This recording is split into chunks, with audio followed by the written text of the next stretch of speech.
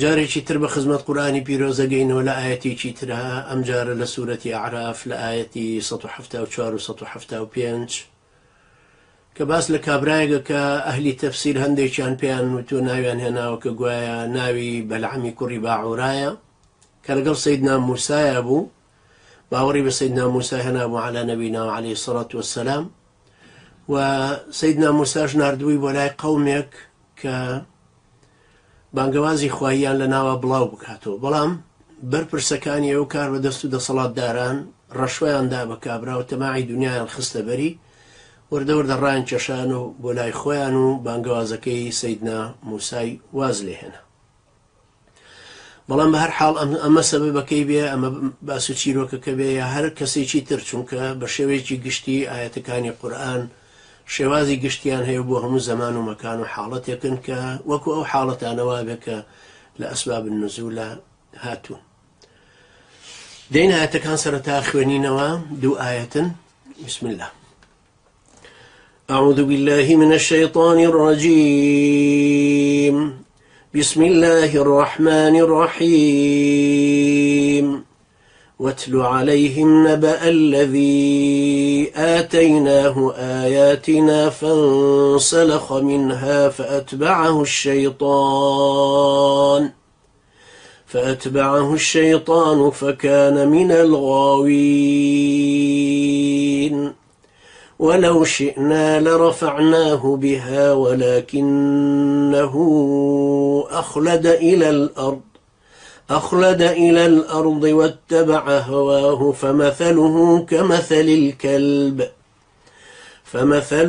كمثل الكلب إن تحمل عليه يلهث أو تتركه يلهث ذلك مثل القوم الذين كذبوا بآياتنا فاقصص القصص لعلهم يتفكرون. خواهي پروردگار فرمي واتل عليهم نبأ الذي آتيناه آياتنا.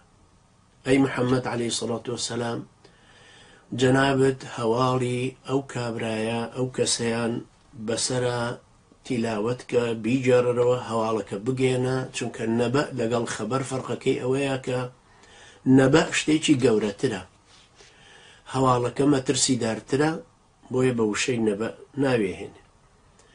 انجا فرمي الذي آتيناه بيمان دابو يكام فاعلك خواي پروردگار اوي كبي بخشيو.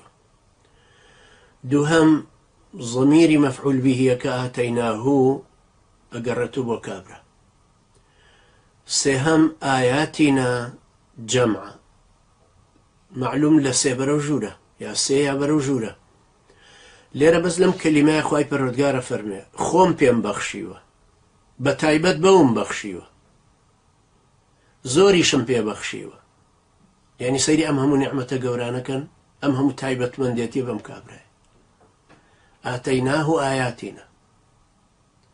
بۆ شەیتان خوای گەورە لە سوورەی عەرافا فەرمێ ئیذ ئەمەرتوک، ئەمرێکی گشتی بە مەلائیکەت و ئەمرێکی تر بە تایبەتی بۆ تۆ. ئیذ ئەمەرتوک ئەمە سێ ئاياتی داوەتێ، ئەمە لە سێ بەرەوژووری داوەتێ. ئەنجا خوای پەروەردگار بە تایبەتی ئەمرەکەی بە ئیبلیس کرد، بە تایبەتیش ئەم نیعمەتانی داوە بەم کابرایە. بۆیە دوایە فەرمێ فەئەتبەعەهو الشەیطان. ئەنجا فەرمێ ئاتەیناه ئایاتینا فانسەلەخ منها. فاءەکە هی سرعة الترتیب و تعقیبە. انسلخ فعل ماضية والفاعل ضمير مستتر تقديره هو، وكابرا خويا قرته. انسلخ منها يعني لبر خوي دامالي. تشي لبر خوي دامالي او آياتانا هموي دامالين شيا ليرا سلخ بتواوي يعني دامالين نيت، چونك دامالين ويا لو انا جلو برجي لبر دامالي كأوان نزع بعربي.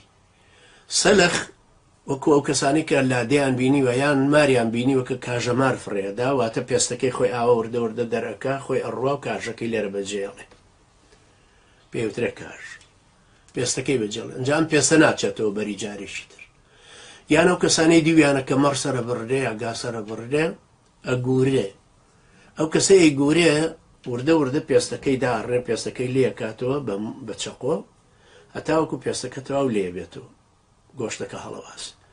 ئەم پێستە جارێککە ناچێتەوە بەبەرەوە، چونکە هیچیان لەو سێڵانە یەک ناگرنەوە جارێکی تر. ئەمەیە وشەی سەلخ. چێ ئەم سەلخەی کردووە؟ خۆی گەورە نەیفەرموو فەسەلەخناه منه، فەرمە فەنسەلەخ منها، خۆی مسەببی ئەوەیە کەوا بوو خوای پەروەردگار هیدایەتت نادا گەر تۆ بەرەو هیدایەت نەی. خوای گەورە فەرمێ إن الله لا يهدي القوم الظالمين، إن الله لا يهدي القوم الفاسقين، إن الله لا يهدي كل مختال فخور یا كل ختار فخور. ئەمانە خوای گەورە هیدایەتیان نادا کەوا بوو تۆ کە خۆت زاڵمی ئەشتەوێ خوای گەورە هیدایەتت بدا، خۆت فاسقی لە گوناحە چەقیوی ئەشتەوێ خوای گەورە هیدایەتت بدا، تۆ بێ هەنگاوێک بێی بەرەو هیدایەت دانەکە. بۆیە ئەم کابرایش فەنسەلەخ منها تەواو لەبەر خۆی داماڵی. فأتبعه الشيطان، اینجا شەیتان شوێنی کەوت. فأتبعه الشيطان یعنی چی؟ چەند تەفسیرێکی یەکەم فأتبعه الشيطان يعني ئەم کابرایە لەبەر ئەوەی ئەوەندە بلیمەد بوو، ئەو ئاەتانەشی بە تایبەت وەرگرت بوو، کەوتە گومڕاییکردنی خەڵکی، شەیتان بە دوایە ڕۆی بۆ شتی لێ فێر بێ. یعنی ئەو لە شەیتان خەتەرتر بوو، بۆیە شەیتان بە دوایە ڕوا بۆ شتی لێ فێر.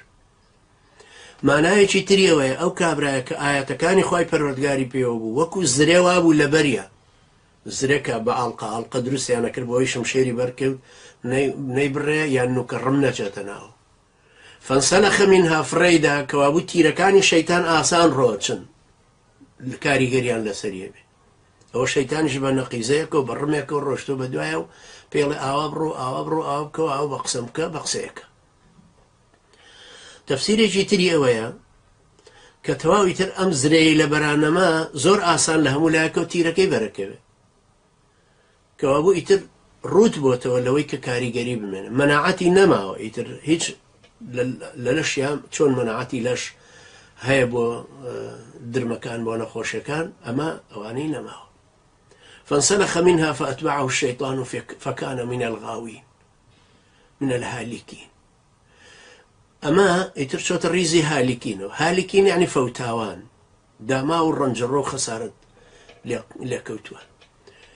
أصلي غاوين كجمع غاوة بريتيا لوي ككارجك لبيتشواني أو علميك هيبوه.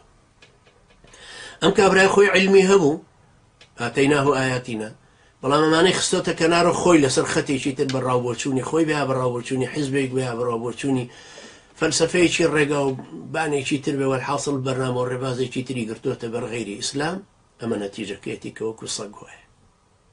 فمثله كمثل الكلب. جاب الروان واتل عليهم نبأ الذي آتيناه آياتنا فانسلخ منها فأتبعه الشيطان فكان من الغاوين ولو شئنا لرفعناه بها. ئەگەر بمانویستایە بەرزمانە کردەوە لێ، ئەو کوفرەمان لێلا ئەبرد یا خۆیمان بە ئاەتەکان بەرزە کردەوە، پلە و مەنزیلەمان پێدا، بەڵام کە خۆی ناهێوێ و ئەسڵیش مەشیئەتی خوای پەروەردگارە کە ئەو خۆی بەرەو مەشیئەتەکە نایە، خۆی بەرەو هیدایەت دانەکە نایە، خوای گەورە ژێمالیەکە، خوای گەورە داتەوە دەست نەفسی خۆی داتەوە دەست ئەو دید و ڕێبازە ئەو فەیلسوف و بیرمەندانی کە دید و ڕێبازەکەیان بۆ داناوە، یان داتەوە دەست ئەو سەرۆک کۆمەڵانەی سەرۆک حیزبانەی کە بەرنامەیان بۆ داڕشتۆ ئینتیمای بۆ ئەوان هەیە. بڕۆ بە ڕێگای خۆتا بڕۆ، بەو ڕێگا دژوارە کە خۆشت دیندار بووی پێشتر، ئەتزانی ئەو ڕێگایە چەند خەتەرە شوێنە ئەو عەلمانیەتە کەوتووی ئێستا. ئەوە نمونەی تۆیە کە وەکو سەگ وایە، مەلای شێخی داعی ڕئیس حیزبی ئیسلامی کەسایەتیەکانی تری هەر کەسێک کە هەیە مهمەوە ئاتەیناه و ئایاتینا. ئێمە هەمومان زانیمان ئەم قورئانە کەلامی خوایە، هەمومان باوەڕمان بەوە بووە کە ئیسلام ڕێبازی ڕاستە، بڕوامان بەوە بووە کە ئەمە وەحی و هاتووە بۆ پێغەمبەری خوا عەلەیهی سەڵات وسەلام. ئاەتەکانی حەقن، بەڵام ئاەتەکانی کەناردا و تەویلێکی گرتووە لە پەندی پێشینان وا فەرمێ، بە پەندێکی پێشینان 500 ئاەتی تری خستۆتە لاوە.